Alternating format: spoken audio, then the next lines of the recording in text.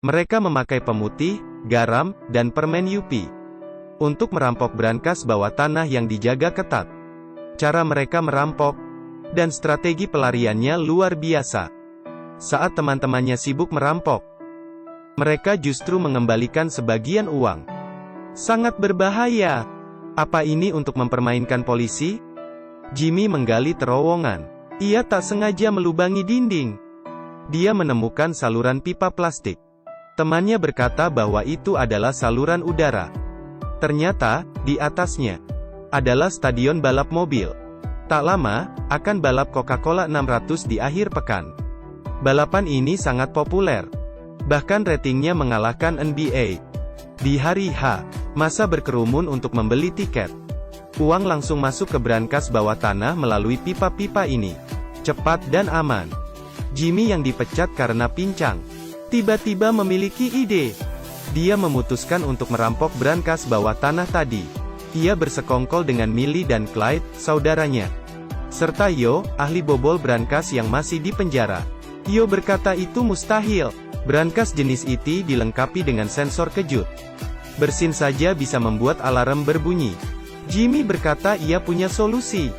Sekarang, ada penggalian. Alarm dimatikan. Rampok saja sebelum penggalian usai. Tapi, masa tahanan Yo masih 5 bulan. Jimmy sudah memikirkan semua. Clyde akan membantu Yo.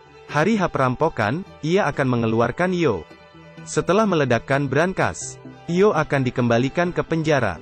Yo tertawa mendengar rencana ini. Ia memiliki syarat, yaitu mengajak kedua adiknya bergabung. Mereka setuju. Jack dan Brian bodoh dan suka bergosip. Jimmy dan Clyde tak punya pilihan dan merekrutnya. Setelah bersiap, mereka berenam membuat 3 tim dan berpencar.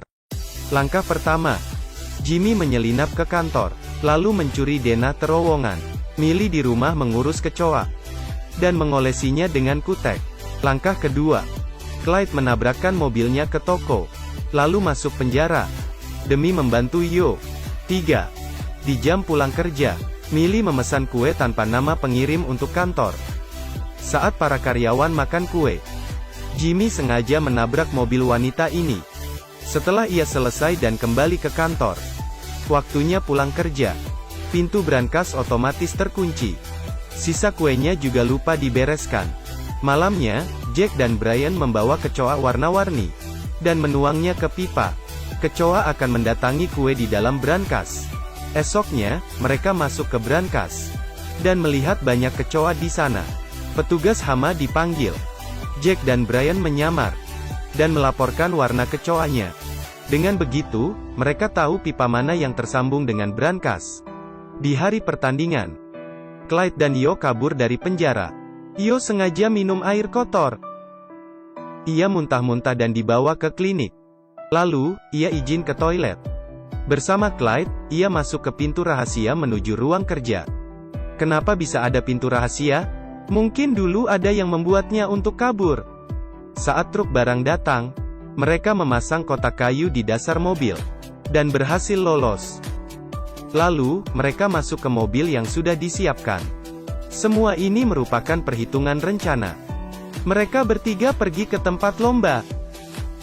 Sesuai rencana, teman Yo yang disuap berpura-pura membuat onar. Jadi, seluruh sipir menutup gerbang supaya tak ada yang curiga kalau Yo dan Clyde hilang. Jack dan Brian merusak generator listrik sehingga seluruh sistem mati dan hanya bisa menggunakan tunai. Dengan begini, uang tunai akan makin banyak. Yo, Clyde, dan Jimmy berkumpul di bawah tanah. Dengan bahan sehari-hari, Yo membuat bom. Ia bahkan menulisnya di din supaya mereka paham. Bom masuk ke pipa brankas dan meledakkan pipa di sana. Mereka lalu menyalakan pompa udara. Prinsipnya seperti vacuum cleaner raksasa. Dengan mudah, uang tersedot ke kantung plastik. Tapi, asapnya keluar dari pipa lain. Petugas jadi curiga. 2 satpam turun memeriksa. Mereka menemukan sumber asapnya. Saat dibuka, ternyata ada seorang petugas yang merokok. Pria ini ternyata juga komplotan perampok. Ia berhasil mengalihkan perhatian satpam. Tak lama, kantung mereka penuh dengan uang. Jack dan Brian menyetir mobil pergi. Tapi, mereka dihalangi pintu besi. Pintunya terkunci. Makin lama di sini makin bahaya. Yo bergegas membantu mereka. Untung saja, Yo melihat kalau ada rantai tersangkut. Mereka memindahkan uang itu ke truk pickup. Yo dan Clyde menyetir ke kantor pemadam kebakaran. Teman Yo tahu pertandingan hampir usai dan memulai aksi selanjutnya. Para napi menutupi jendela dan CCTV dan memicu alarm kebakaran. Seperti rencana, sipir segera memanggil pemadam. Yo dan Clyde yang sudah menyamar dan menunggu menyelinap ke mobil pemadam. Mereka berdua kembali ke klinik. Rencana mereka berjalan mulus. Yo meninggalkan truk pickup berisi uang di pompa bensin. Ia lalu lapor polisi. Uang yang dicuri dikembalikan ke kantor balap. FBI mengirim agen handal untuk menyelidiki. Jimmy sudah menghapus jejaknya di TKP. Sangat susah dilacak. FBI tahu Jimmy dan Clyde sering mengunjungi Yo. Tapi, karena sipir takut dipecat, ia berkata tidak terjadi apa-apa di penjara. Karena tak ada bukti dan alibi yang sempurna. Agen FBI sangat stres. Apalagi saat tahu bos balap mobil menginginkan kasus ditutup, karena uangnya sudah diganti asuransi. Apa mereka benar-benar mengembalikan uang curian? Tentu saja tidak.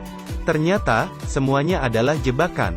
Saat pintu besi itu terkunci, itu kerjaan Jimmy yang menghalangi sensor dengan magnet kulkas. Jadi, saat ia datang membantu untuk mengulur waktu Yo dan dua adiknya. Saat itu, Millie menyedot beberapa kantung lagi untuk Jimmy, Clyde, dan Millie. Yo menyuruh Clyde memasukkan tangan palsunya ke plastik dan mencampurnya dengan sampah biasa. Mereka bertiga mengikuti GPS di tangan palsu dan mengambilnya lagi. Uang ini bukan untuk mereka sendiri, karena mereka takut Jack dan Brian bermulut ember. Akhirnya, mereka semua mendapat bagiannya. Teman Yo juga dapat. Wanita petugas brankas juga dapat uang untuk memperbaiki mobil. Bahkan, tangan palsu juga dapat bir. Jimmy mengembalikan sebagian uangnya karena mereka tahu bos balap mobil akan menghentikan penyelidikan. Bagaimana Jimmy tahu kalau penyelidikan berhenti? Ia sengaja tidak melunasi tagihan telepon. Kalau FBI membayar tagihannya, berarti ia disadap dan penyelidikan masih berlangsung. Kalau nomornya mati, berarti ia sudah aman. Meski film ini agak berhayal, tapi alurnya berkaitan dan adegannya sangat lucu. Meski di internet ratingnya rendah, tapi aku suka. Aku kaki minyak. Kalau suka like. Sampai jumpa.